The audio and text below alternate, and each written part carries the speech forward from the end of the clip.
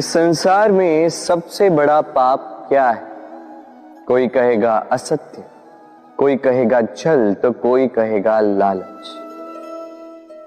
नहीं, संसार में सबसे बड़ा पाप है नारी का असम्मान, नारी का मान भंग करना। क्योंकि ये अपराध केवल नारी के शरीर को ही नहीं, उसके मन और उसके आत्मा पर भी प्रहार करती है। फिर प्रश्न ये उठते हैं कि जिसने भी ये अपराध किया है उसे दंड क्या दिया जाए?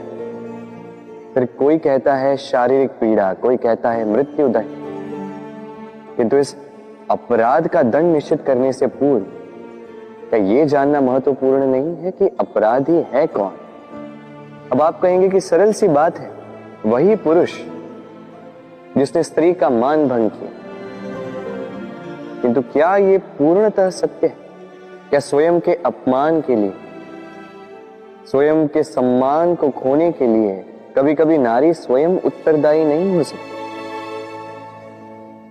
सोच के देखिए, सम्मान खोने से बचने के लिए पहले सम्मान की सीमा पर दृष्टि रखना आवश्यक है। रावण सीता का हरण इसलिए कर पाया क्योंकि सीता ने भोलेपन के कारण रावण का उस सीमा को लांघना सरल कर दी। किंतु अशोक वाटिका में उसी सीता को रावण स्पर्श तक नहीं कर पाया क्योंकि उसने रावण और उसके मध्य में तिनके की एक छोटी सी दीवार बना दी थी। जीवन में ना कहना सीखें। यदि कोई आपके सम्मान की सीमा को पार करने का प्रयास करे तो उसे वही रोकना सीखें। आपके ऊपर उठे पहले हाथ को, पहले कटाक्ष को वही रोक देना सीखें। फिर किसी पुरुष में साहस नहीं कि वो पुनः आपका अपमान करने का प्रयास भी कर सके, क्योंकि नारी जननी आराध्य है। तो स्वयं को निर्बल मानकर आप अपराधी ना बने। राधे राधे। इस कमल के पुष्प को देख रहे हैं? इसकी एक विशेष बात है, जल स्तर कितना भी बढ़ जाए ये पुष्प सदैव जल सतह के ऊपर ही रहेगा। और इसका कारण है इसकी ये नाल। जैसे जैसे जल स्तर बढ़ता है वैसे वैसे ये नाल भी बढ़ती और इस पुष्प को जल सतह के ऊपर रखती। किंतु जब जल स्तर घटता है ये नाल घट नहीं पाती और फिर स्वयं के साथ ही इस पुष्प का भी विनाश कर देती। मनुष्य के साथ भी यही होता है। जैसे जैसे मनुष्य समृद्ध होता जाता है वैसे वैसे उसका जीवन स्तर बढ़ता जाता है, उसकी अपेक्षाएं, उसकी आवश्यकताएं बढ़ती जाती। किंतु जब संपन्नता घटने लगी उसकी आवश्यकताएं कम नहीं हो पाती और फिर इसी कमल की भांति मनुष्य भी टूट जाता है। तो फिर क्या करें? क्या किया जाए इस परिस्थिति में? जीवन स्तर बढ़ाना छोड़ दे? कदापि नहीं। किंतु जीवन स्तर बढ़ाने के साथ साथ ही अपनी आत्मशक्ति को सुदृढ़ करें। संकट का समय आने पर आप अपना जीवन कैसे व्यतीत करेंगे इसका अभ्यास करें, क्योंकि जीवन स्तर और जल स्तर तो घटते बढ़ते रहेंगे। ये आप पर निर्भर करता है कि आप इन दोनों के बीच का तालमेल कैसे सुनिश्चित करते हैं। राधे राधे। इस हीरे को देख रहे हैं आप? लाखों करोड़ों वर्षों तक धरती के गर्भ में रहने के पश्चात ये इतना कठोर बनता है। किंतु जब खान से निकाला जाता है कोयले की ही भांति होता है, श्वेत, कठोर, निस्तेज। किंतु जब इसे तराशा जाता है तब इसे तेज प्राप्त होता है और तब ये अपना मूल्य बढ़ाता है। संसार में मनुष्य के साथ भी यही होता है। मनुष्य की बुद्धि, मेधा, अनुभव उन वर्षों के कारण नहीं बढ़ती, जो वर्ष हमने हमारे जीवन में व्यतीत किए, बल्कि उन क्षणों से निखरती है जब हमने कठिनाइयों का सामना किया, चुनौतियों का सामना किया, संकटों का सामना किया, छल और पीड़ा से। इसलिए यदि आपके जीवन में आपके सामने संकट आए, चुनौतियां आए, पीड़ा आए, तो उसे भयभीत मत होइएगा, उसका स्वागत कीजिए, क्योंकि यही परिस्थितियां आपको वो अनुभव देगी जो आपको प्रबुद्ध करे। राधे राधे। प्रकृति ने हर जीव में एक भाव भरा है ताकि वो निश्चल ना रहे, कुछ न कुछ कर्म करता रहे, और वो भाव है भूख। संसार में हर जीव, हर पशु, पक्षी, प्राणी परिश्रम करता रहता है अपनी इस भूख को मिटाने के लिए। परंतु क्या अन्य जीवों की भांति मनुष्य की भूख भी पेट तक ही सीमित रहती? तन की भूख मिटाते मिटाते कब ये भूख मन और माया की तृष्णा में बदल जाती है पता ही नहीं चलता। और अधिकतर ये तृष्णा धन संग्रहित करने तक ही रह जाती। अपना जीवन जीना छोड़कर किसके लिए ये धन संग्रहित कर रहे हैं? आने वाली पीढ़ी के लिए। बड़ी विचित्र बात। अपना जीवन जीना छोड़कर धन संग्रहित करते करते अपने जीवन का सुख भी मिटा रहे हैं और आने वाली पीढ़ी को कर्म करने से भी बाधित कर। पूत कपूत तो क्यों धन संचय, पूत सपूत तो क्यों धन संचय। अपनी संतान को संस्कार दीजिए, धन नहीं। यदि संतान संस्कारी हो तो अपना स्वयं का एक संसार बना ली। यदि असंस्कारी हो तो आपका बना बनाया संसार यूं ही नष्ट कर दे। इसलिए जीवन में यदि कुछ संचय करना है तो ज्ञान संचय कीजिए, प्रेम संचय कीजिए, और मेरे साथ प्रेम से कहिए राधे राधे। जीवन को रथ कहा जाता है, किंतु क्यों? अब आप कहेंगे कि इसलिए क्योंकि जीवन भी रथ की ही भांति चलता रहता है। किंतु कभी आपने इस रथ को समझने का प्रयास किया? रथ में आगे अश्व होते हैं और पीछे पहिए।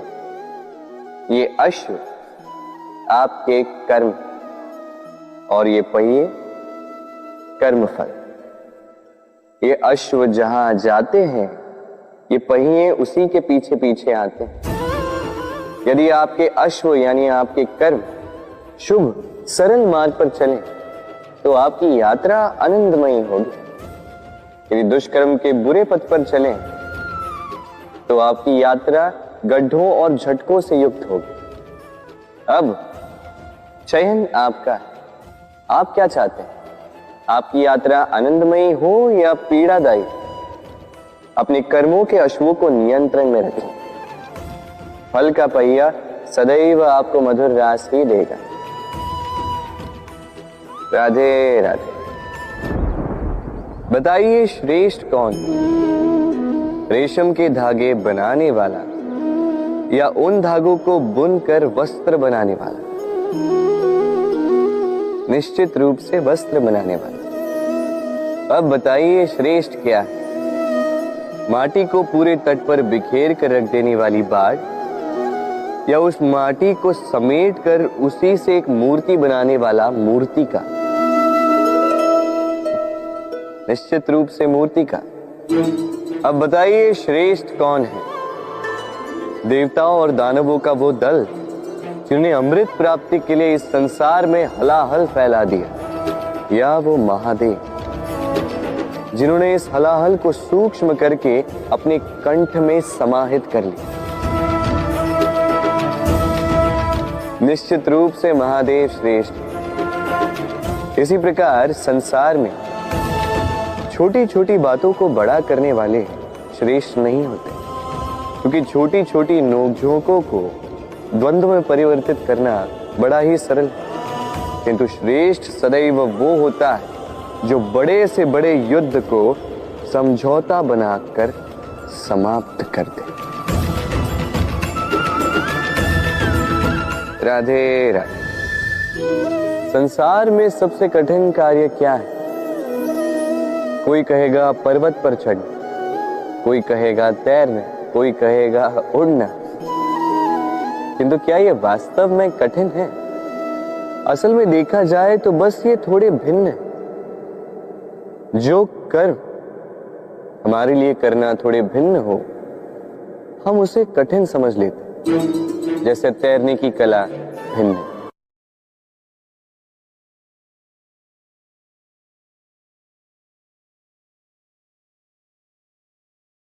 बड़े ही परिश्रम से इसे बनाती हैं, अपने शरीर के रस से इसे बुनती हैं। क्या आप इसका उद्देश्य जानते हैं? आखिर मकड़ी इन जालों में नन्ही कीटों को फंसाकर उन्हें अपना भोजन बना लेती है। और क्या आप ये बात जानते हैं कि एक दिन मकड़ी इन्हीं जालों में फंसकर मृत्यु को प्राप्त हो जाती है? बताइए क्या करते हैं आप इन जालों के साथ? दिखते ही हटा देते हैं इनका अस्तित्व, है ना? दूसरी ओर चिड़िया का घोंसला। चिड़िया भी बड़े परिश्रम से इसे बनाती है, किंतु यदि चिड़िया इसे छोड़कर चली भी जाए, उसके पश्चात भी लोग इसका विनाश नहीं करते। कारण क्या? कारण यह है कि इसका निर्माण जीवन के संचयन के लिए किया गया था, आखेट के लिए नहीं। स्मरण रखिएगा, जीवन में आपका परिश्रम कितना भी अधिक हो, यदि आपका लक्ष्य शुभ ना हो तो आपको भी विनाश पाना ही होगा। तो सृजन करते रहिए और मगन होकर कहिए राधे राधे।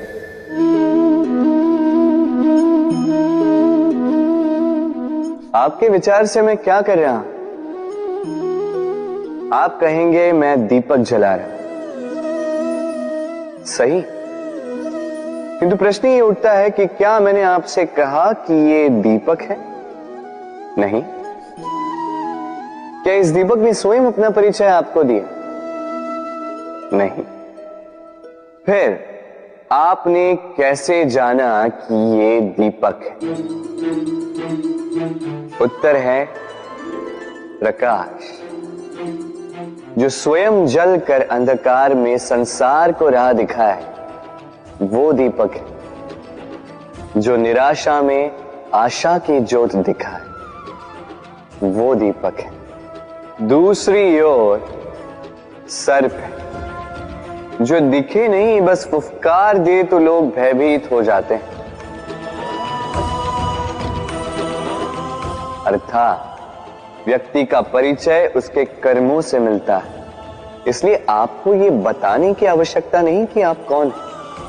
ये आपके कर्म ही निश्चित करेंगे कि लोग आपसे दीपक समझकर प्रेम करेंगे या सर्प समझकर भयभीत रहेंगे। राधे राधे। समय कितना विचित्र होता है। समय हमारे साथ हो तो हम स्वयं को राजा मान लेते हैं। वही समय यदि विरुद्ध हो जाए तो रंक बनने में समय नहीं लगता। इसलिए मनुष्य की एक आदत होती है, बुरे समय के लिए कुछ बचा कर रखता है। संबंधी, मित्र बुरे समय में साथ छोड़ देते हैं। यश, मान बुरे समय में चला जाता है। तो व्यक्ति सोचता है क्यों ना धन संचय कर। धन का तो कोई मन नहीं होता जो समय आने पर बदल जाए। संसार कहता है कि धन का संचयन करते रहो, बुरे समय में काम आएगा ही। मैं कहता हूं शुभ कर्म करते रहो, आनंदित रहो, स्वयं पर और ईश्वर पर विश्वास रखो, बुरा समय कभी आएगा ही नहीं। राधे राधे। प्रकृति ने मनुष्य को एक विशेष शक्ति दी है। अन्य जीवों से अधिक शक्ति दी, स्मरण शक्ति। यही शक्ति मनुष्य को अन्य जीवों से भिन्न बनाती, इतिहास लिखने की प्रेरणा देती, ज्ञान को पीढ़ी दर पीढ़ी आगे भी बढ़ाती। और जो भूल जाते हैं अधिकतर रूप से वो उपहास और दया के पात्र बन जाते हैं। परंतु क्या यही पूर्णतः सत्य है? नहीं। यही स्मरण शक्ति मनुष्य के विकास में सबसे बड़ी बाधा भी बन जाती है, उसके चित्त को दूषित कर देती है। बुरे अनुभव, किसी का दिया गया धोखा, किसी का किया गया कटाक्ष मनुष्य भुला नहीं पाता और फिर लग जाता है प्रतिकार में। पहले समय नष्ट करता है प्रतिकार की तैयारी में, फिर समय नष्ट करता है प्रतिकार का अवसर ढूंढने में। यदि संतोष पाना है, यदि जीवन में आनंद पाना है, तो स्मरण शक्ति का सदुपयोग कीजिए। अपनी स्मरण शक्ति को केंद्रित कीजिए केवल अच्छी बातों और अच्छी यादों की ओर। जीवन में प्रसन्नता आए। राधे राधे। मनुष्य अपने परिवार के लिए क्या कुछ नहीं करता, दिन रात परिश्रम करता है ताकि अपने परिवार की आवश्यकता पूर्ति के लिए धन कमा सके। परंतु क्या केवल धन कमाना पर्याप्त है? आप कहेंगे हाँ, क्यों नहीं। धन से सब कुछ मिलता है, विद्या मिलती है, घर मिलता है, औषधि मिलती है, क्या कुछ नहीं मिलता। ये सब एक सीमा तक ठीक है, किंतु तनिक मन से सोच के देखिए, जब बालक रोगी होता है तो वो उस कड़वी औषधि को क्यों पी लेता? इसलिए क्योंकि उसके पिता ने उस औषधि को धन से खरीदा? नहीं, बल्कि इसलिए क्योंकि उसके सामने खड़ा उसका पिता, उसे उन पर विश्वास है। विश्वास है कि वो उसे कुछ नहीं होने देंगे। ये विश्वास, ये संस्कार, ये सीख कभी धन से नहीं मिलती। ये मिलती है उस समय से जो माता पिता ने अपने संतान के साथ बिताया। इसलिए जीवन में धन अवश्य कमाई, किंतु अपने परिवार को भी समय दीजिए, प्रसन्नता मिलेगी। राधे राधे। मुझे बताइए, इस दीवार को तोड़ने का क्या लाभ है? यदि किसी संबंध में संदेह घर कर लेता है तो आए दिन शत्रुता की स्थिति बनी रहती है। कल कोई और कारण बन सकता है इस दीवार के पुनः बनने का। तो क्या पुनः इस दीवार को बनाएंगे काका? संबंध की पवित्रता वैसी होनी चाहिए जैसे एक माता और संतान के प्रेम में होती है, निश्चल, निर्दोष, कि बात केवल रूठने मनाने तक ही सीमित रहे।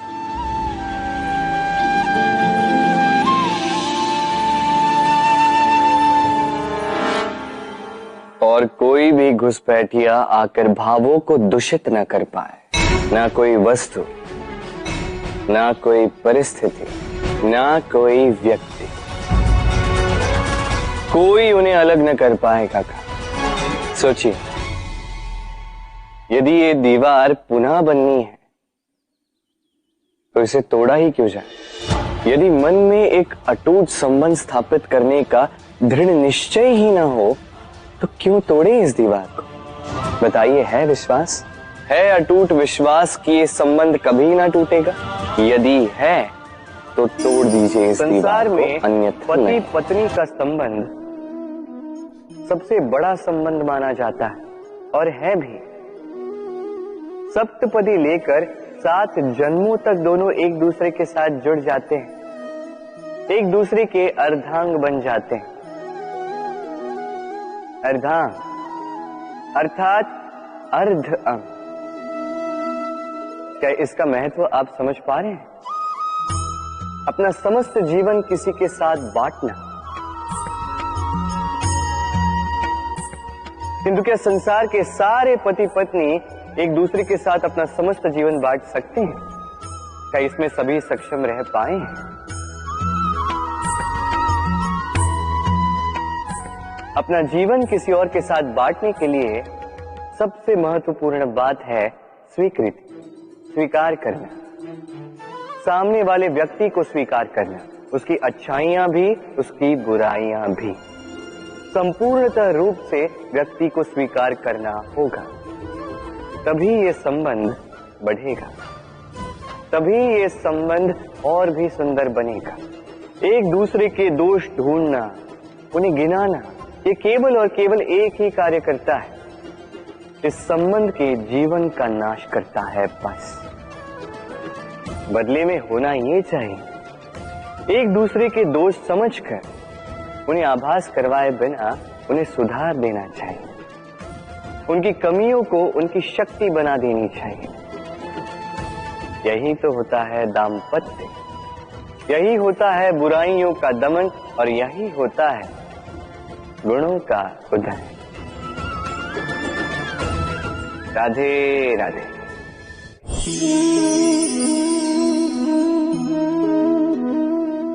कंकड़ इतना छोटा सा कि उंगली पर आ जाए, किंतु सोचिए यदि यही कंकड़ आंख में लग जाए तो कितनी बड़ी समस्या बन जाता है। अब सोचिए ये कंकड़ आपके मार्ग में है, आप पादुकाएं पहनकर बड़ी सरलता से आगे निकल जा सकते हैं, किंतु यदि यही कंकड़ आपके पांव और पादुकाओं के बीच फंस जाए तो आप ठीक से चल नहीं पाएंगे, भले ही वो मार्ग पुष्पों से भरा क्यों ना हो। अर्थात आप बाहर की समस्याओं से, उन चुनौतियों से लड़ सकते हैं, भीतर की नहीं। भीतर की समस्याओं से लड़ना अत्यंत कठिन होता है, इसलिए सर्वप्रथम आप भीतर से शक्तिशाली हो जाइए, भीतर से पूर्ण हो जाइए, फिर आप इस संसार के समस्त समस्याओं और चुनौतियों से लड़ सकते हैं, आप विजयी हो सकते हैं। राधे राधे। प्रेम, ये प्रेम इस संसार में किसे नहीं भाता, हर किसी ने प्रेम का अनुभव किया ही, हर कोई जानता है ये प्रेम कितना सुंदर है, क्यों ना? ये प्रेम भाव इस संसार में सबसे शक्तिशाली भाव। अब हर शक्ति के साथ आते हैं कुछ उत्तरदायित्व। अब जैसे ही ये उत्तरदायित्व हमारे जीवन में आते हैं, हम सर्वप्रथम प्रेम को भूल जाते हैं, फिर हमें ये प्रेम, ये बोझ लगने लगता है। किंतु इस संसार का सत्य तो यही, हर प्रसन्नता के साथ उत्तरदायित्व आएंगे जिसका पालन हमें करना ही होगा। अब यदि मैं आपको उदाहरण दूं, आपके बगीचे में आप चाहते हैं कि एक सुंदर सा पुष्पों से भरा हुआ वृक्ष आए, तो सर्वप्रथम उसके लिए आपको जल और धूप का आयोजन करना होगा, उसके जड़ों पर दीमक ना लगे ये आपको सुनिश्चित करना होगा, उसके आसपास उगी खरपतवार वो आपको हटानी होगी, उसी के पश्चात तो आपके उस बगीचे में वो सुंदर पुष्पों से भरा वृक्ष आएगा। क्यों? इसी प्रकार होता है प्रेम भी। सर्वप्रथम आपको इसमें समर्पण का खाद जल डालना होगा, अविश्वास और संदेह, इसकी खरपतवार आपको हटानी होगी, और विश्वास की ये जड़ें कभी ना दुर्बल पड़े ये आपको सुनिश्चित करना होगा। उसी के पश्चात प्रेम का वास्तविक सुख आप अनुभव कर पाएंगे। राधे राधे। प्रेम, प्रेम क्या है सभी जानते हैं। सामान्य रूप से ये प्रेम आकर्षण से प्रारंभ होता है और इसमें कुछ भी बुरा नहीं है। महत्वपूर्ण बात यह है कि इस प्रेम का लक्ष्य क्या है। जिससे आपने प्रेम किया उसे पा लेना या ना पाने के कारण स्वयं को विचलित कर इस संसार से मुख मोड़ लेना। यदि कोई इन दोनों विकल्पों में से कोई एक चुनता है तो आपको बता दो, ये दोनों ही प्रेम का अंत है। प्रेम का असली अर्थ है समर्पण, संपूर्ण निस्वार्थ समर्पण। ऐसा प्रेम जिसमें जिनसे आपने प्रेम किया उसको पाने की प्रसन्नता आपका लक्ष्य नहीं, जिनसे आपने प्रेम किया उसे प्रसन्न करना आपका लक्ष्य हो। ये प्रेम ईश्वर है, किंतु यदि इस प्रेम में पूर्णतः समर्पित नहीं होंगे तो इस प्रेम में एक आकार नहीं हो पाओगे। किंतु यदि इस प्रेम में स्वयं को पूर्णतः समर्पित कर दिया तो समझो इसी प्रेम में आप ईश्वर पाओगे। राधे राधे। सम्मान, संबंध दोनों एक दूसरे के साथ ऐसे जुड़े हैं जैसे दीपक और बाती।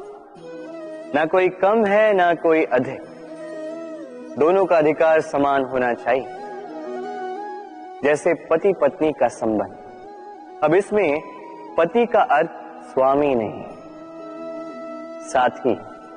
उसका कर्तव्य है साथ देना, आदेश देना नहीं। और ये संबंध सहकार से बनता है, अधिकार से नहीं।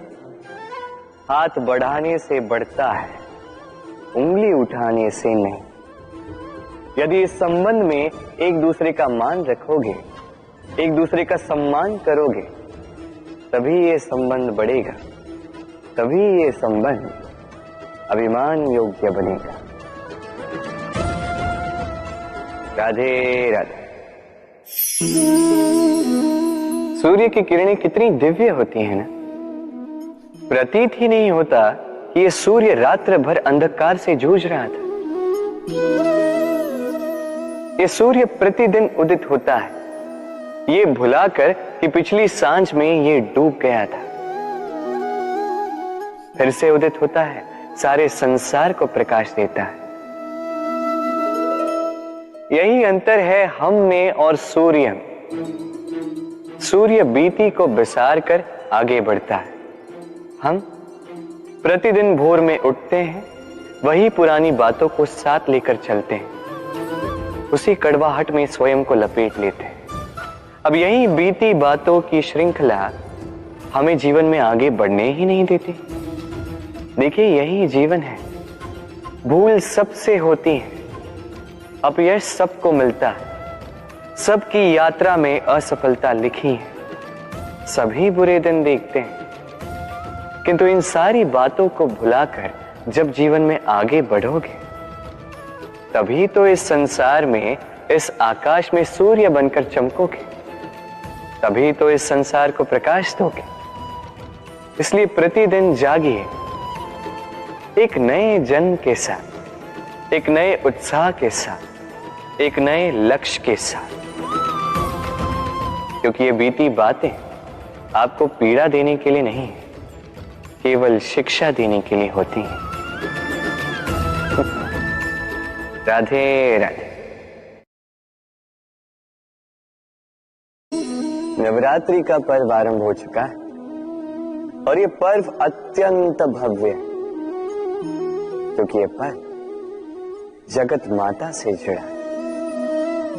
मां कितना छोटा सा शब्द है, किंतु ठीक से देखो तो समस्त संसार इसी शब्द में समा है। मां जो अपनी संतान के लिए हर संभव प्रयास करती है, कुछ भी करने के लिए सज्ज रहती है।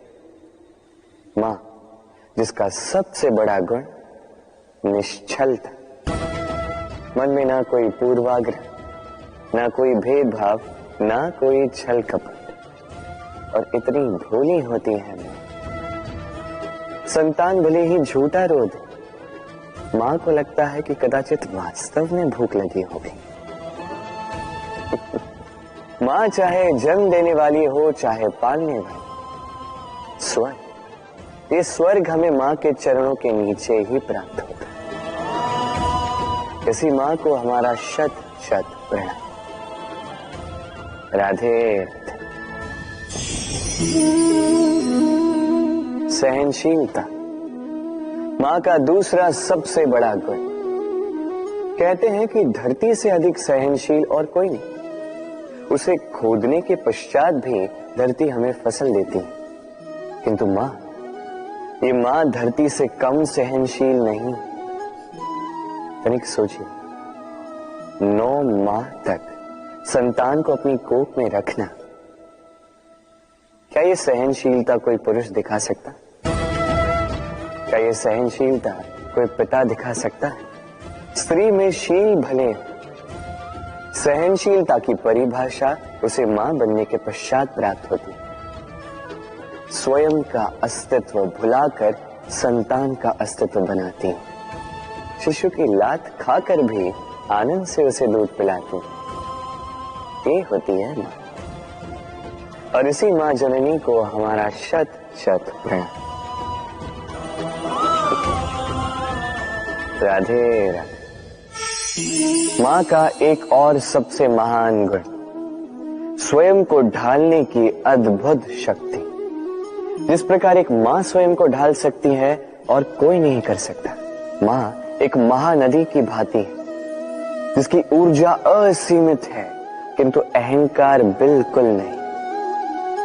जिस प्रकार एक नदी ढलान के अनुरूप मुड़ जाती है, उसी प्रकार एक मां अपने संतान के अनुरूप ढल जाती है, चाहे जैसी भी परिस्थिति हो। उसके सोने के समय के अनुरूप स्वयं का सोना, उसके जागने के समय के अनुरूप स्वयं का जगना। संतान की इच्छा का भोजन वो स्वयं का मनपसंद भोजन बना लेती। ये मां का आंचल ही तो है, जो धूप में छाप बनकर आता है, जो शीत में कंबल बनकर आता है। मां ऐसी होती है कि संतान की निद्रा ना टूटे, इसलिए एक करवट सोने का अभ्यास कर लेती है। और इतना स्वयं को केवल वही ढाल सकती है जो संतान की ढाल बन सकती है। इसी मां को हमारा शत शत नमन। राधे राधे। मां के 2 और सबसे महान गुण, साहस और संबल। साहस ये कि वो अपने संतान के लिए कुछ भी कर सकती, और संबल ये कि वो अपनी संतान को कभी टूटने बिखरने नहीं देगी। तनिक सोचिए, जब भी आपको चोट लगती है, चीख से पूर्व मां का नाम मुख में क्यों आता है? तनिक सोचिए, जब आपको बल की आवश्यकता होती है, साहस की आवश्यकता होती है, आगे आप अपना मार्ग देख रहे हैं जो अत्यंत कठिन प्रतीत हो रहा है, तब मुख से मां की ही शपथ क्यों निकलती? क्योंकि मां ही है जो हमें साहस देती है, मां ही है जो हमें सहारा देती है। मां जानती है कैसे हमारी उंगली पकड़ के हमें चलना सिखाना है। मां ये भी जानती है कि कैसे कान पकड़ के हमें उचित मार्ग पर लाना है। इसी साहसी मां को हमारा शत शत नमन। राधे राधे। कभी आपने सुना है, हिरणी सिंह से बचने के स्थान पर उससे जाके लड़ पड़ी। हिरणी ने सिंह पर आक्रमण कर दिया। कभी सुना है? कभी नहीं। किंतु ऐसा हो सकता है, ऐसा होता भी है। और ये होता तब है जब हिरणी के शावक संकट में हो, जब उन्हें सिंह से प्राणों का संकट हो, तब हिरणी भी आके सिंह से लड़ पड़ती है, उससे भिड़ पड़ती है, क्योंकि वो मां है और मां अपनी संतान के लिए कुछ भी कर सकती है। ये ममता है, ये जितनी कोमल हो सकती है उतनी ही कठोर भी हो सकती है। और अपनी संतान के हित के लिए वो क्रोध की पराकाष्ठा पार करते हुए अपनी संतान की सुरक्षा करके ही रहेगी। और इसीलिए तो मां संतान के जीवन की सबसे बड़ी ढाल कहलाती। इसी मां को हमारा शत शत नमन। राधे राधे। करुणा, करुणा वो भाव है जिससे संसार के सारे भाव जन्म लेते हैं, और ये समस्त संसार ये मां से जन्म लेता है। मां वो व्यक्ति है जो करुणा का सागर है। संतान को देखकर ही समझ जाती है कि उसकी विडंबना क्या है, उसकी आवश्यकता क्या है। संतान के नेत्रों में यदि अश्रु दिखे, वो देखकर ही समझ जाती है कि उसके शरीर के कौन से भाग में उसे चोट लगी है। संतान के बिना कहे मां समझ जाती है कि आज भोजन में संतान क्या खाएगी। ये होती है मां। मां करुणा का सबसे बड़ा रूप है। और आज के युग में मनुष्य जो है, थोड़ा भी आगे क्यों ना निकल जाए, मां को तो पीछे ही छोड़ देता है, मां को भूल ही जाता है। ये भूल आप कभी ना करें, कभी ना करें, क्योंकि मां वो करुणा है तो यदि आपके जीवन से चली गई, उसके पश्चात आप जीवन अवश्य जिएंगे, किंतु कभी जीवन जी नहीं पाएंगे। उसके पश्चात आपके जीवन से आपका ये मूल्यांकन, आपके जीवन से करुणा का ये भाव, ये भी आप खो दोगे। आपकी मां सबसे अधिक महत्वपूर्ण है। यदि मां को खो दिया तो समझ लीजिए सब कुछ खो दिया। इसलिए मां को सदैव स्मरण रखिए, सदैव उसे प्रेम दीजिए, और मेरे साथ कहें राधे राधे। आज विजयदशमी, वो दिन है जब श्री राम ने रावण का वध किया। वो दिन है जब श्री राम ने लंका पर विजय प्राप्त की। लोग कहते हैं कि ये अच्छाई की बुराई पर विजय का प्रतीक है। इसे देखने का एक और रूप भी है। जी हां, ये प्रेम के विजय का भी प्रतीक है। ये परिवार के विजय का भी प्रतीक है। आपको तो ज्ञात होगा ही कि रावण महाज्ञानी था, महाशक्तिशाली था, महादेव का परम भक्त था रावण। अब जो व्यक्ति कैलाश पर्वत उठा सकता था, वो व्यक्ति स्वयं एक कटे हुए वृक्ष की भांति श्री राम के चरणों में गिरा हुआ था। क्यों? क्योंकि राम के साथ लक्ष्मण था, वही रावण के साथ विभीषण भी नहीं था। एक और परिवार में बढ़ता प्रेम था, तो दूसरी ओर परिवार में बढ़ती दरार। स्मरण रखिए, यदि संसार पर विजय प्राप्त करनी है तो सर्वप्रथम परिवार में प्रेम बनाए रखना होगा। परिवार में केवल प्रेम बढ़ाइए, द्वेष कभी नहीं।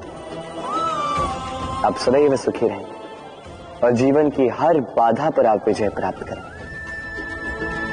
राधे राधे। देखिए, कल जो आने वाला है उसके लिए आज को व्यर्थ करना अनुचित है। हमें इस प्रकृति से यही सोच, यही सीख पानी चाहिए। आज का ये क्षण ये कल नहीं आएगा, और कल जो क्षण आने वाला है वो आज को किसी भी प्रकार से प्रभावित नहीं करता। बस इसी सीख को ध्यान में रखते हुए आप सभी निश्चिंत रहिए। जीवन क्या है? ये जीवन हम जन्म लेते हैं, बड़े होते हैं, हमारे माँ बाप हमें पालते हैं, फिर उनके धन से हमारा बालपन बीतता, फिर हम बड़े होते हैं, हम विवाह कर लेते हैं, हमारी संतानें होती हैं, हम उनको पालते हैं, फिर हम वृद्ध हो जाते हैं और एक दिन इस संसार से चले जाते हैं। क्या यही जीवन है? आता होगा ये प्रश्न मन में कई बार, है ना?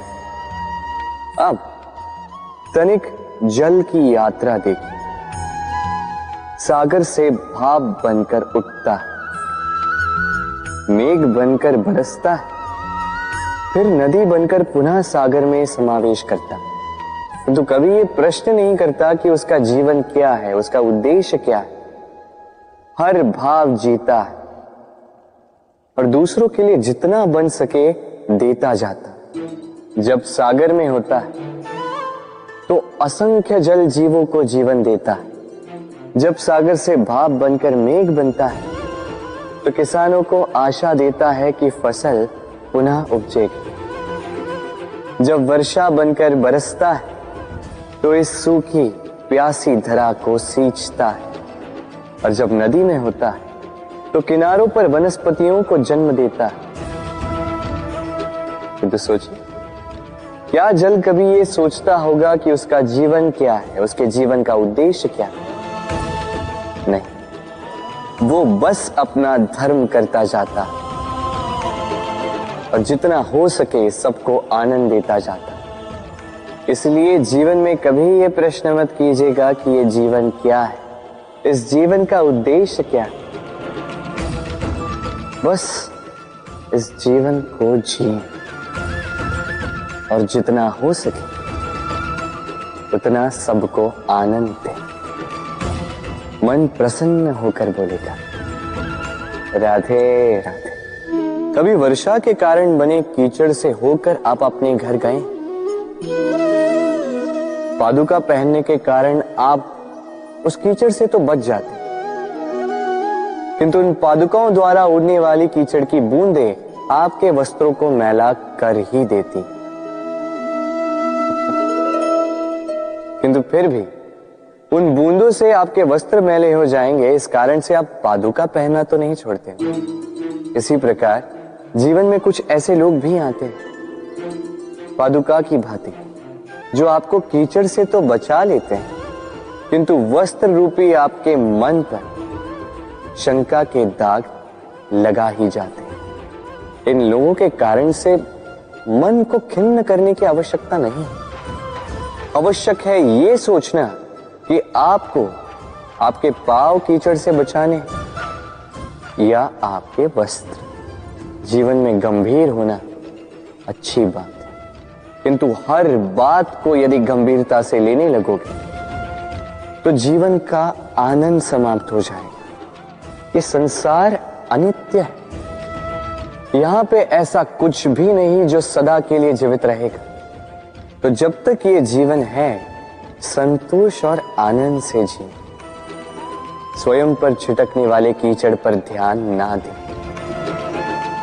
बस आनंद बांटते रहें। मन प्रसन्न होकर बोले राधे राधे। व्यक्ति को जब अपने प्रेम को खो देने का भय होता है तो वो अपने प्रेम को इतने कस के पकड़ कर रखता है कि प्रेम को ही पीड़ा होने लगती है। प्रेम पा तो लेता है,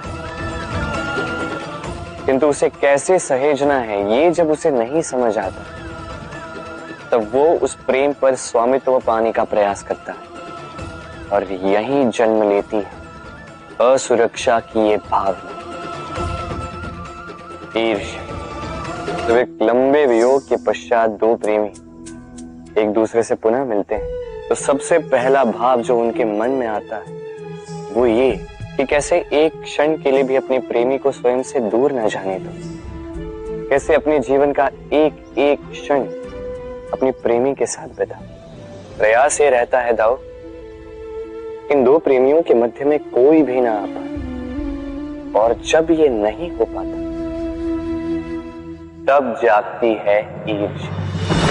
परीक्षा एक ऐसी व्यवस्था जिससे मुझे, आपको, सबको कहीं ना कहीं दो चार होना ही पड़ता है। स्मरण कीजिए अपना बालपन। आप परीक्षा देने बैठे हैं। अब कुछ बालक ऐसे होते हैं जो वर्ष भर परिश्रम करते हैं, पढ़ते हैं, मन से परीक्षा देते हैं।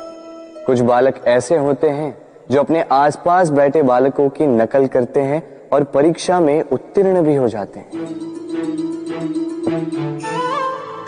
बुरा लगता है ये सोचकर कि कोई बिना किसी परिश्रम के परीक्षा में उत्तीर्ण कैसे हो सकता है। किंतु स्मरण रखिएगा, जो नकल करते हैं वो परीक्षा में उत्तीर्ण हो सकते हैं, सफल नहीं, क्योंकि वो नकल करते हैं, बिना प्रश्न को समझे, बिना उत्तर का तरीका निकाले। यही हमारे साथ भी होता है। हम हमारे जीवन में दूसरों को देखते हैं, उनकी नकल करते हैं, उनकी भांति बनने का प्रयास करते हैं, किंतु ना हमारे जीवन में सफलता आती है, ना आनंद आता है। क्यों?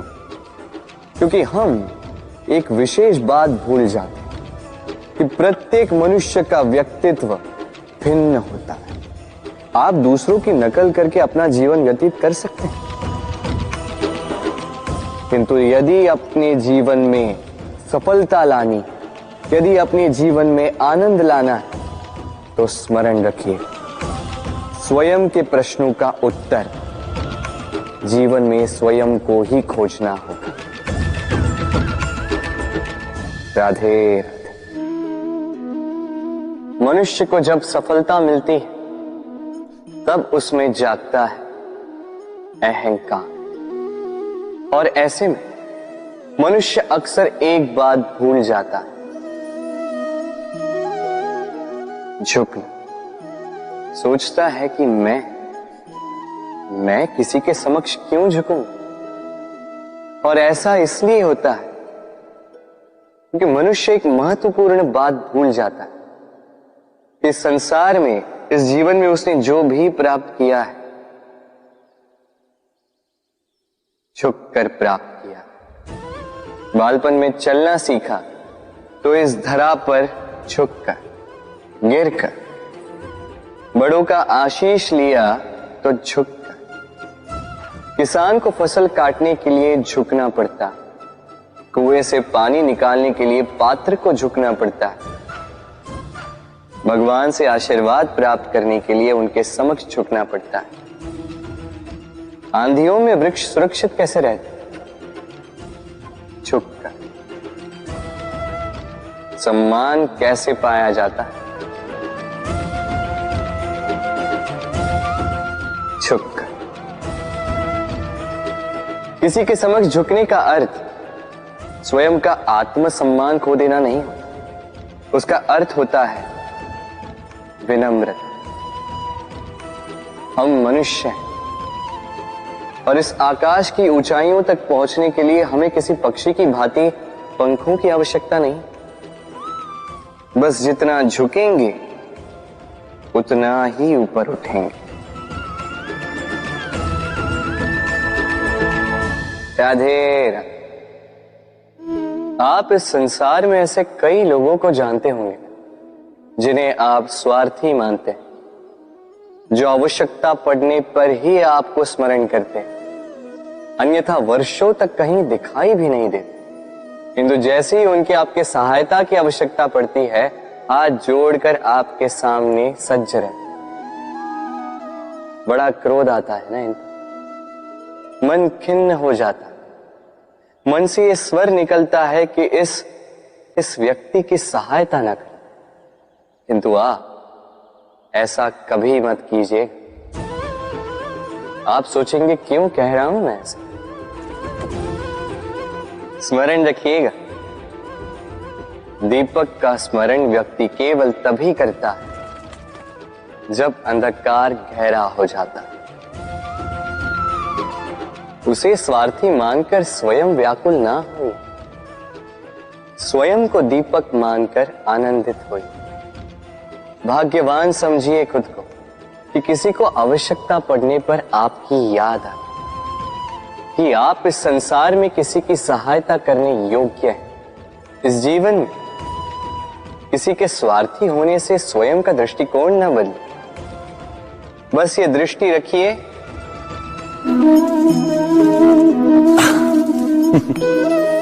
मनुष्य के सारे संबंधों का आधार है अपेक्षा। पति कैसा हो जो मेरा जीवन सुख और सुविधा से भर दे। पत्नी कैसी हो जो सदैव मेरे प्रति समर्पित रहे। संतान कैसी हो जो मेरी सेवा करे, मेरा आदेश माने।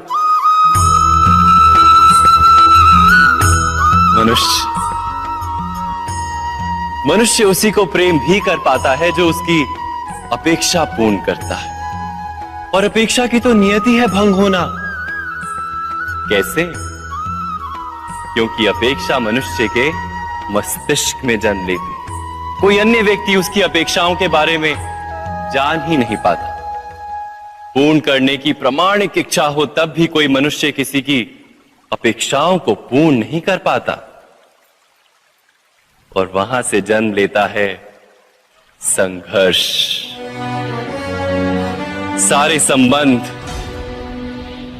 संघर्ष में परिवर्तित हो जाते। पर मनुष्य अपेक्षा को संबंध का आधार ना बनाए और स्वीकार करे केवल संबंध का आधार, तो क्या ये जीवन स्वयमेव सुख और शांति से नहीं भर जाएगा? स्वयं विचार कीजिएगा।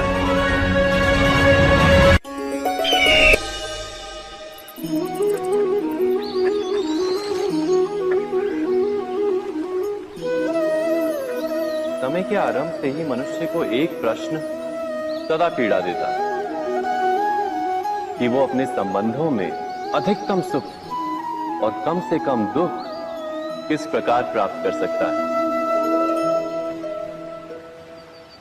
क्या आपके सारे संबंधों ने आपको संपूर्ण संतोष दिया है? विचार कीजिए।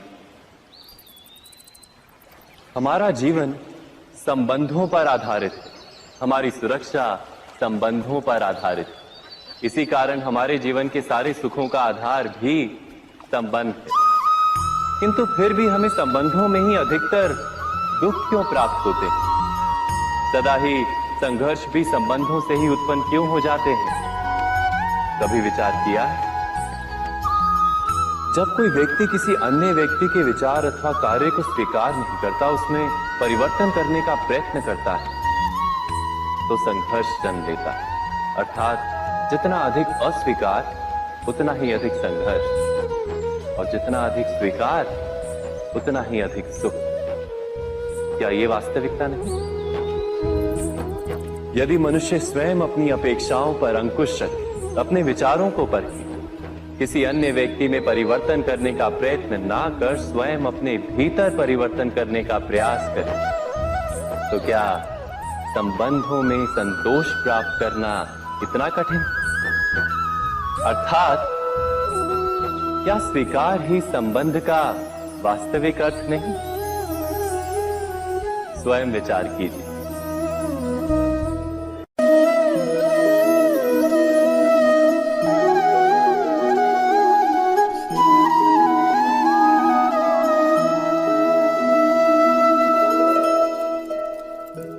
जब किसी व्यक्ति को किसी घटना में अन्याय का अनुभव होता है, तो वो घटना उसके अंतर को झकझोर देती। समस्त जगत उसे अपना शत्रु प्रतीत होता है। इसमें कुछ गंदगी है, किंतु यदि आप इसे कुछ समय के लिए ऐसे ही छोड़ दोगे, तो आप देखोगे ये मैल अपने आप इसके तले जाकर बैठ जाएगा। यदि इस पात्र को हिलाओगे तो कुछ नहीं होगा, शांत छोड़ दोगे तो ये मैल अपने आप नीचे चला जाएगा। उसी प्रकार जब हमारे जीवन में कोई समस्या हो, हमारे जीवन में अशांति हो, तो कोई हलचल करने से या संतोष खो देने से हमें उसका हल नहीं मिलेगा। शांत रहकर विचार करोगे तो उसका हल मिलेगा। स्मरण रखिएगा, धीरज और संतोष से, शांति से विचार करोगे तो कितनी भी बड़ी समस्या क्यों ना हो, उसका हल अवश्य निकाल लोगे।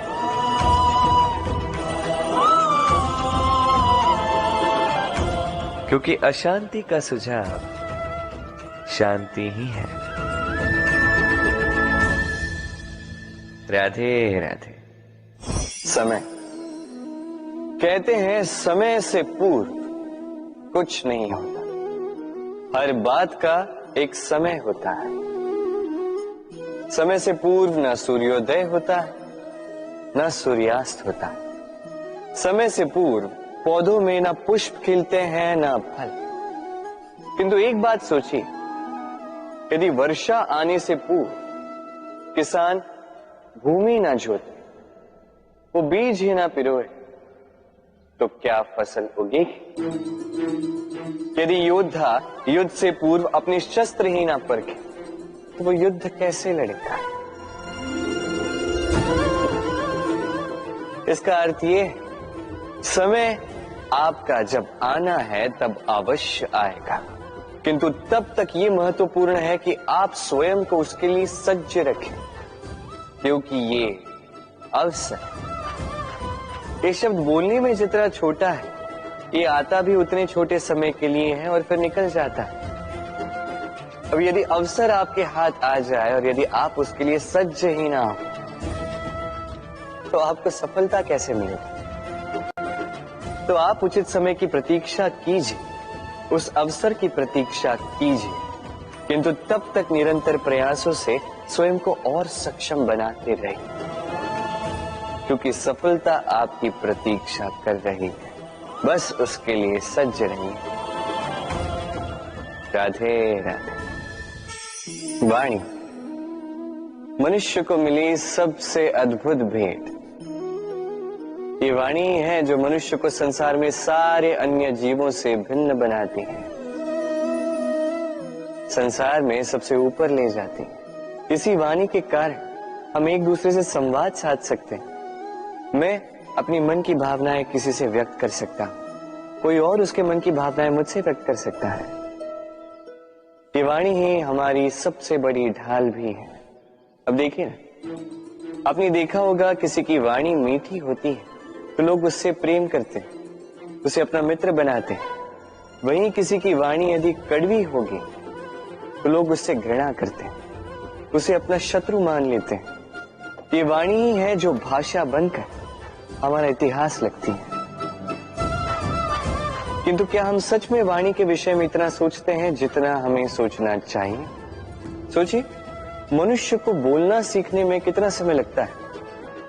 कुछ बालक 1.5 वर्ष की आयु में सीख जाते हैं, कुछ 2 वर्ष, कुछ 3।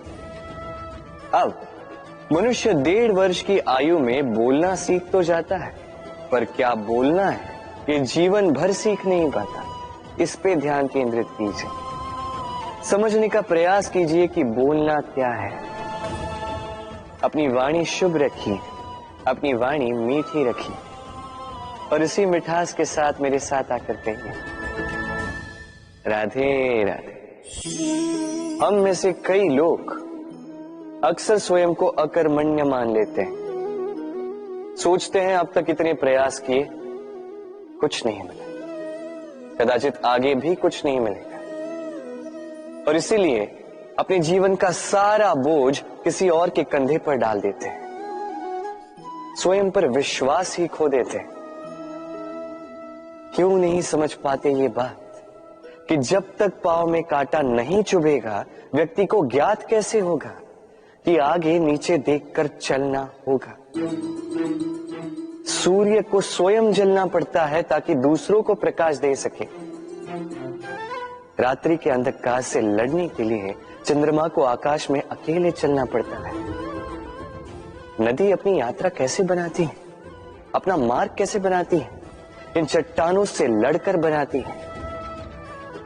यदि आप स्वयं आपकी सहायता करने में सक्षम नहीं रहे तो निश्चित रूप से आपका यह जीवन व्यर्थ ही है। स्मरण रखिएगा, इस संसार में अपने जीवन का भार अपने ही कंधों पर उठाना पड़ता है। दूसरों के कंधों पर केवल शव यात्रा चलती है। और इस संसार में जीवित वही है जो आत्मनिर्भर है।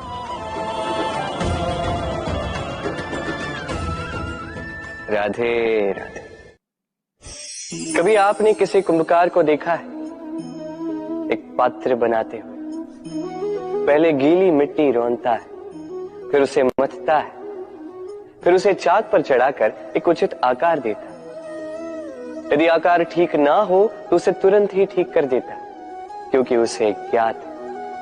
एक बार इसे आग पर रख दिया गया, एक बार इसे पका दिया गया, फिर उसके पश्चात उसका आकार नहीं बदला जा सकता। यहां पे छिपी है एक सीख। सारे माता पिताओं के लिए यहां एक सीख है। माता पिता ऐसे ही तो होते हैं। उन्हें अपनी संतान को समय के अनुसार श्रेष्ठ संस्कार देने चाहिए। माता पिता को कभी उनका विधाता नहीं बनना चाहिए, किंतु हर समय सदैव प्रयास कीजिए कि उन्हें उचित दिशा दिखा पाओ। कभी कोमलता से, कभी प्रेम से, तो कभी कठोरता से उसके जीवन को, उसके व्यक्तित्व को आकार देने का प्रयास करना चाहिए। क्योंकि जिस प्रकार एक बार पकने के पश्चात उस पात्र का आकार नहीं बदला जा सकता, उसी प्रकार आयु बढ़ने के पश्चात संतान के संस्कार नहीं बदले जा सकते। स्मरण रखिए। राधे राधे। ईश्वर ने बेलों को खड़े रहने की शक्ति नहीं दी, ईश्वर ने यह शक्ति दी वृक्ष को। इसलिए बेलें वृक्ष का सहारा लेके खड़ी रहती, उसी पर फलती। अब ये बेलें दो प्रकार की होती, एक वो जो इस वृक्ष पर खिलती है, पुष्प गाती है, स्वयं भी सुंदर दिखती है, वृक्ष को भी सुंदर बनाती। दूसरी वो जो वृक्ष को पूर्णतः सुखा देती, उसकी प्राण शक्ति उससे सोख लेती और अंत में स्वयं भी मुरझा जाती। स्मरण रखिए, यदि कोई व्यक्ति सदैव आपके साथ खड़ा रहा, सदैव आपका संबल बनकर रहा, सदैव उसने आपकी सहायता की, और यदि आप उसके साथ छल करोगे तो आपका पतन निश्चित है। ऐसा कभी ना करें। सदैव ऐसे लोगों को प्रेम दे, सम्मान दे और मेरे साथ आनंद से कहें राधे राधे। आइए इस पौधे से मिलिए। मेरे लिए ये पौधा अत्यंत प्रिय है। मैं इस पौधे से बहुत प्रेम करता हूं। अब सोचिए, यदि इसी प्रेम में मैं इसे दिन में 6 बार जल दूं, तो क्या इसका विकास और अच्छे से होगा? क्या वो इसके लिए शुभ होगा? कदापि नहीं। इसकी जड़ें गल जाएंगी, इसकी जड़ों में जो जल सोखने की शक्ति है वो समाप्त हो जाएगी। तो आवश्यक क्या है?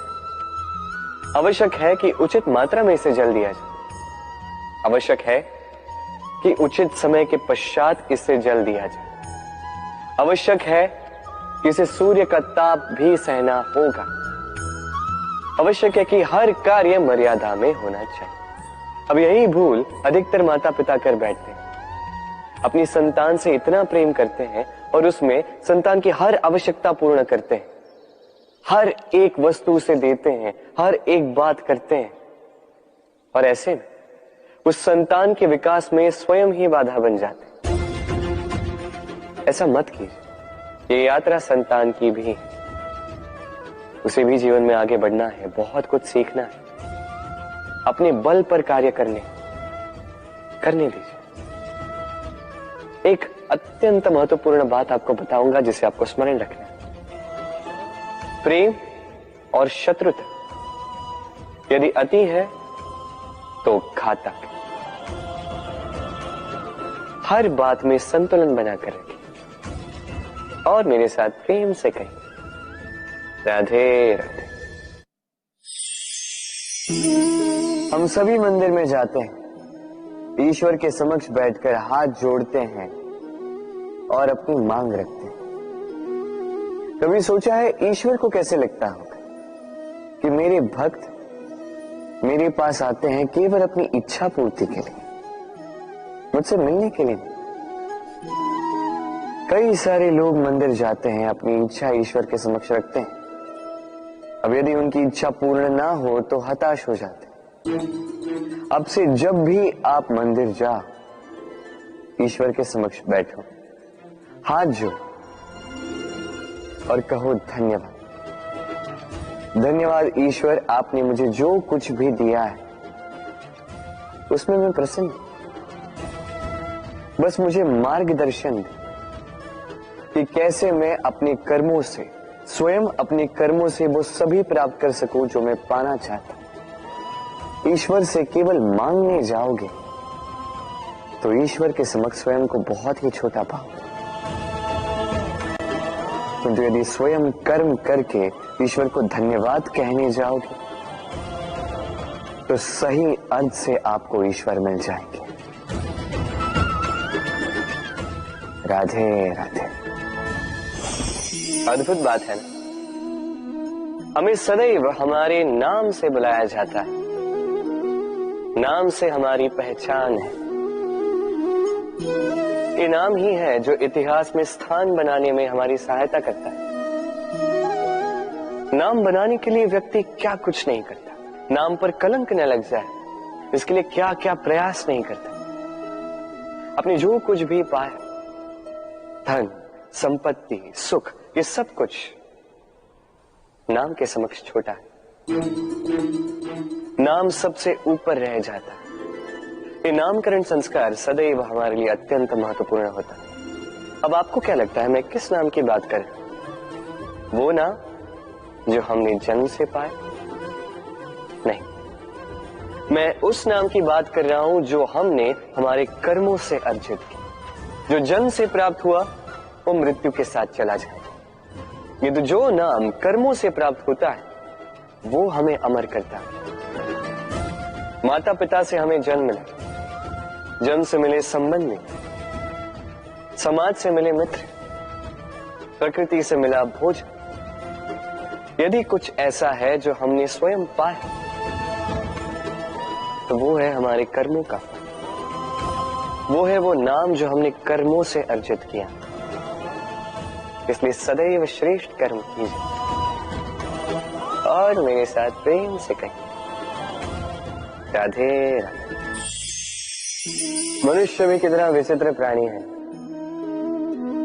सदैव संघर्ष करता है, सदैव प्रयास करता है कि वही सबसे बड़ा बने, प्रयास करता है कि उसके समक्ष सबके शीश झुके हुए और उसके लिए सबसे पहले शक्ति प्राप्त करने का प्रयास करता है। शक्ति प्राप्त कर भी लेते हैं और उसके भय से सबको अपने समक्ष झुकाते हैं, किंतु एक महत्वपूर्ण बात भूल जाते हैं, समझ ही नहीं पाते। चलो मैं आपको उदाहरण देता हूं। कभी आपने किसी वृक्ष को देखा होगा, उसकी डालियां देखी होंगी जो फल के बोझ के कारण झुक जाती है। वो फल टूटता है, पुनः ऊपर जाती है, फिर एक और फल देती है, वो टूटता है, पुनः ऊपर जाती है, सदैव झुकी हुई नहीं। कभी कभी चलते चलते आपने देखा होगा, कभी आपका पांव किसी पौधे पर पड़ जाए तो पौधा दब जाता है, किंतु जैसे ही पांव हटाओ पौधा पुनः खड़ा हो जाता है। स्मरण रखिए ये अत्यंत महत्वपूर्ण बात। जो शीश भय से आपके समक्ष झुकते हैं वो विरोध में सबसे पहले खड़े रहते हैं। आप जीते, सबको जीती है, किंतु बल के भय से नहीं, उन्हें जीतिए प्रेम के समक्ष। राधे। आज आपको एक कथा सुनाता हूं। एक बार एक व्यक्ति ने अपने द्वार पर लिख दिया, आज मैं बहुत दुखी हूं, आज मुझसे कोई मिलने ना आए। कुछ समय पश्चात उसका मित्र आया, उसने वो शब्द पढ़े और फिर भी जाकर उससे मिला। उसने कहा कि मुझे पढ़ना तो नहीं आता, किंतु मेरे मित्र के मन का ये दुख, ये मुझे पुकार अवश्य लेता है। ये होते हैं सच्चे मित्र। किसी कारणवश यदि आप दुखी हो, समस्या का हल निकाल नहीं पा रहे हो, इस संसार से कट जाना चाहते हो, तब भी ये मित्र आपके साथ रहता है। भले ही आपको कोई हल ना दे पाए, संबल बन के अवश्य रहता है। भले ही आपका दुख कम ना कर पाए, आशा की किरण अवश्य दिखाता है। जब आप इस संसार से कट जाते हैं तब भी आपसे जुड़ा होता है आपका ये मित्र, ये सच्चा। अब मनुष्य जो है बड़े विचित्र होते हैं। इन्हें किसी भी वस्तु का महत्व केवल 2 बार ज्ञात होता है, एक मिलने से पूर्व, 2 खोने के पश्चात। अब इसी प्रकार हमारे मित्र भी तो होते हैं। यदि आज आपके मित्र आपके साथ हैं तो उन्हें आभार व्यक्त करें, उन्हें प्रसन्न रखें, उनका महत्व समझें।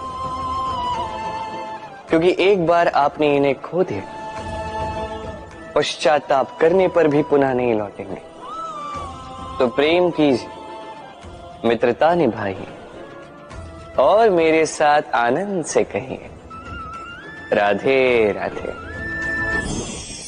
ठहरती केवल यादें, केवल यादें। ये समय ये कभी नहीं ठहरता। अभी यादें मीठी होंगी या कड़वी, ये किस पर निर्भर करता? आपके कर्मफल के चयन पर। यदि आप इस जीवन को समझना चाहते हैं, अपनी हुई भूलों से कुछ सीखना चाहते हैं, तो पीछे देखिए। आपके बीते हुए कल से बड़ा शिक्षक आपको इस संसार में और कोई नहीं मिलेगा। यदि आप जीवन जीना चाहते हैं तो आगे देखिए। सारी संभावनाएं, सारे अवसर वही। यदि आप स्वयं को सुधारना चाहते हैं, स्वयं की भूलों को सुधारना चाहते हैं, कुछ महान करना चाहते हैं, तो आने वाले समय से अधिक श्रेष्ठ क्षेत्र और कोई नहीं। स्मरण रखिए, आप चाहे जितने भी प्रयास कर ले कि आपसे कोई भूल ना हो, आपसे कोई ना कोई भूल अवश्य हो। ऐसे में उन भूलों से पछताइए अवश्य, उनसे सीखिए भी, किंतु उन भूलों को सुधारना कभी ना भूल। आपकी कल की ये भूल भविष्य का एक सुनहरा फूल बन सकती। राधे। संसार में हर स्थान पर ये व्यापार व्याप्त होता है।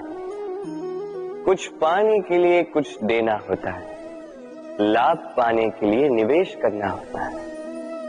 यदि किसी के भाव जानने हो तो स्वयं की भावनाओं को व्याय करना ही होता है। अब देखिए ना, किसी का वास्तविक आचरण जानना हो तो उसे स्वतंत्रता दे दो। यदि किसी के मन की शुद्धता जाननी हो तो उसे ऋण दे दो। यदि किसी के गुण जानने हो तो उसके साथ भोजन करने का समय दे दो। यदि किसी का धैर्य जानना हो तो उसे उसके प्रिय कार्य करने से मना करके देखो। यदि किसी की अच्छाई जाननी है तो उससे सलाह ले लो। हर भाव के बदले कोई भाव देना ही होगा, किंतु संसार में एकमात्र ऐसा एक भाव है जिसे देखने के लिए, जिसे पाने के लिए बदले में आपको वही भाव देना होगा, और ये भाव है प्रेम। यदि किसी का प्रेम देखना है तो उसे निस्वार्थ प्रेम दीजिए। यदि किसी से प्रेम पाना है तो उसे निस्वार्थ पारिशुद्ध प्रेम दीजिए। राधे राधे। मनुष्य जब जन्म लेता है, जीवा उसके साथ जन्म लेती है। कुछ वर्षों पश्चात दांत आ जाते हैं। वृद्धावस्था में ये दांत साथ छोड़कर चले जाते हैं, किंतु जीवा फिर भी साथ देती। कर दांत कठोर होते हैं, वहीं जीवा कोमल होती है। इसी प्रकार यदि आप लंबे समय तक अपने अस्तित्व को बना के रखना चाहते हैं तो जीवा की भांति कोमल और लचीले बन जाए, ताकि जैसी भी परिस्थिति आपके समक्ष आए, चाहे उतार आए चाहे चढ़ाव, चाहे दुख आए चाहे सुख, चाहे हानि हो चाहे लाभ, आपका अस्तित्व कभी ना टूटे। कठोर होने पर आपके टूटने बिखरने की संभावनाएं अधिक हो जाती। जो भी समस्या हो, दुख हो चाहे सुख हो, कोमलता से साहस के साथ उसका सामना कीजिए। राधे राधे। हमें कहीं भी पहुंचने के लिए एक माध्यम की आवश्यकता होती। अब कुछ इस माध्यम को मार्ग कहते हैं, कुछ पथ कहते हैं, तो कुछ कहते हैं सड़क। मनुष्य सदैव अपने लक्ष्य तक पहुंचने के लिए इसी मार्ग की खोज में रहता है, किंतु मनुष्य एक बात समझ नहीं पाता कि इस मार्ग में आगे बढ़ने के लिए इस मार्ग को पीछे ढकेलना भी आवश्यक है। यदि ये करने की क्षमता आप में नहीं है तो आपका मार्ग कभी आपको लक्ष्य तक नहीं पहुंचा सकता। दूसरी बात, यदि निरंतर प्रयास आप कर सकते हैं, यदि ये क्षमता आप में है तो आप जब चाहे जहां चाहे अपना मार्ग स्वयं बना सकते हैं। राधे राधे।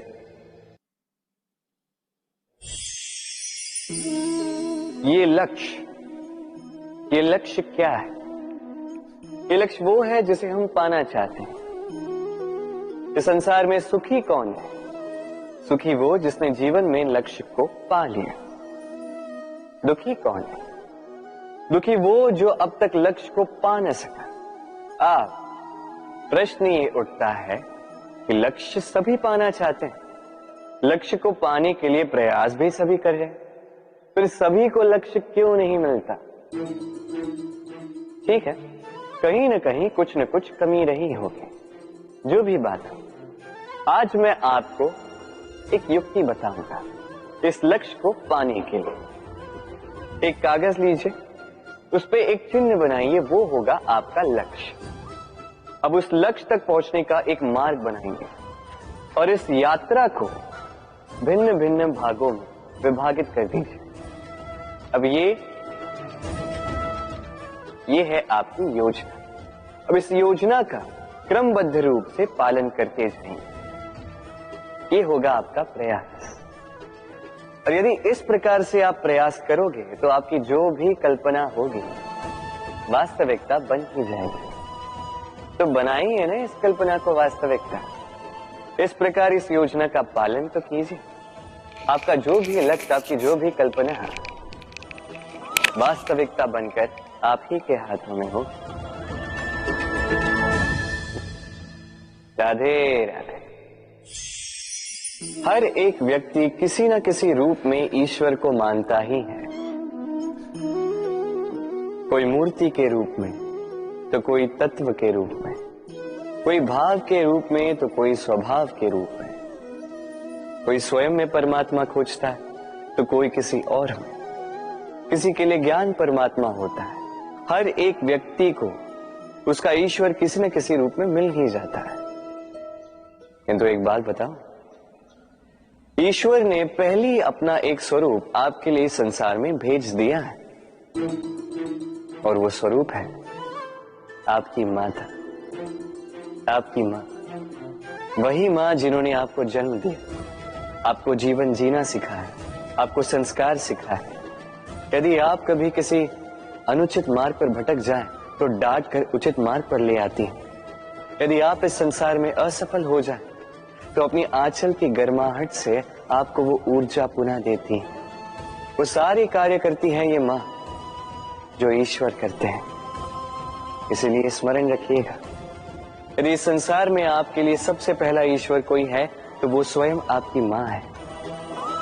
हर प्रतिमा में भले ही ईश्वर ना, किंतु हर मां में ईश्वर अवश्य होते हैं।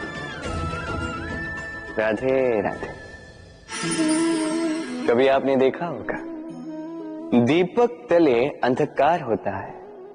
जो दीपक संसार को प्रकाश देता है उसी के भीतर अंधकार। अब कई सारे लोग इस बात का अर्थ कुछ इस प्रकार लेते हैं कि व्यक्ति स्वयं की समस्याएं तो सुलझा नहीं पाता और संसार को जाके उपदेश देता है। किंतु इसे देखने का एक और दृष्टिकोण भी है, और वो ये कि स्वयं जलकर इस संसार को प्रकाश केवल वही दे सकता है जिसका आधार शीतलता हो। इस संसार का मार्गदर्शन केवल वही कर सकता है, इस संसार को दिशा केवल वही दिखा सकता है जिसके भीतर संतोष और धैर्य की शीत हो। अब देखिए, ये अत्यंत महत्वपूर्ण बात है। ये विवेक तभी काम करता है जब मन शांत होगा, जब मन शीतल होगा।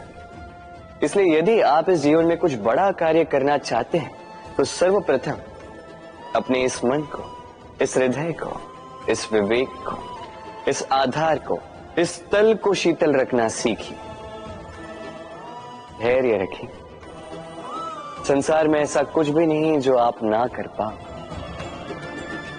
राधे राधे। इस दिए को देख रहे हैं? स्वयं भी जलता है, स्वयं की बाती को भी जलाता है और इस संसार को देता है प्रकाश। अंधकार में फंसे हुए व्यक्ति को देता है आशा की एक किरण। किंतु ये कभी नहीं सोचता कि वो माटी कैसी होगी जिस माटी से इसको बनाया गया है, वो कुम्हार कैसा होगा जिसने इसे आकार दिया। नहीं सोचता किसने इसे खरीदा, वो घर कैसा होगा, उद्गम कैसा हुआ होगा। कुछ नहीं, बस इस संसार को प्रकाश देता है। और कदाचित इसीलिए दिए को इतना आदर दिया जाता है।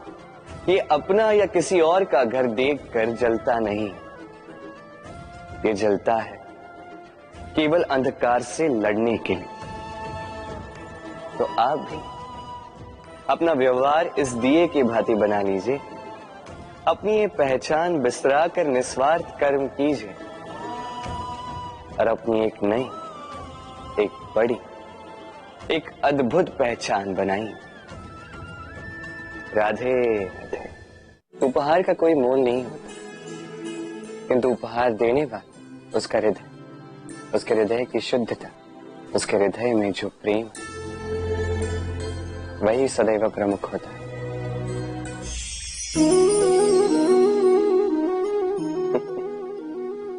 समय, ये समय न व्यक्ति है, न जीव, न वस्तु, फिर भी जीवित रहता है।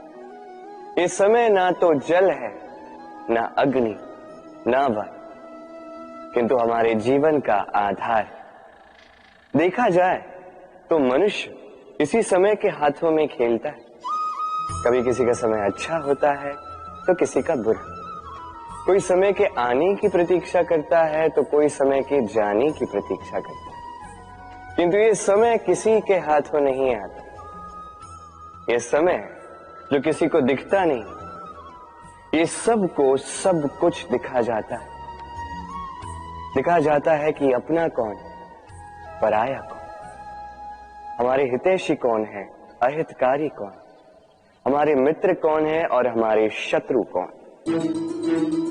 ये समय आपको दिखा जाता है कि आप कितने बलशाली, यही समय आपको दिखा देता है कि आप कितने दुर्बल। ये समय सब कुछ दिखा जाता है। तो ये समय जो इतना बलवान है, इसे हम नष्ट क्यों करते हैं?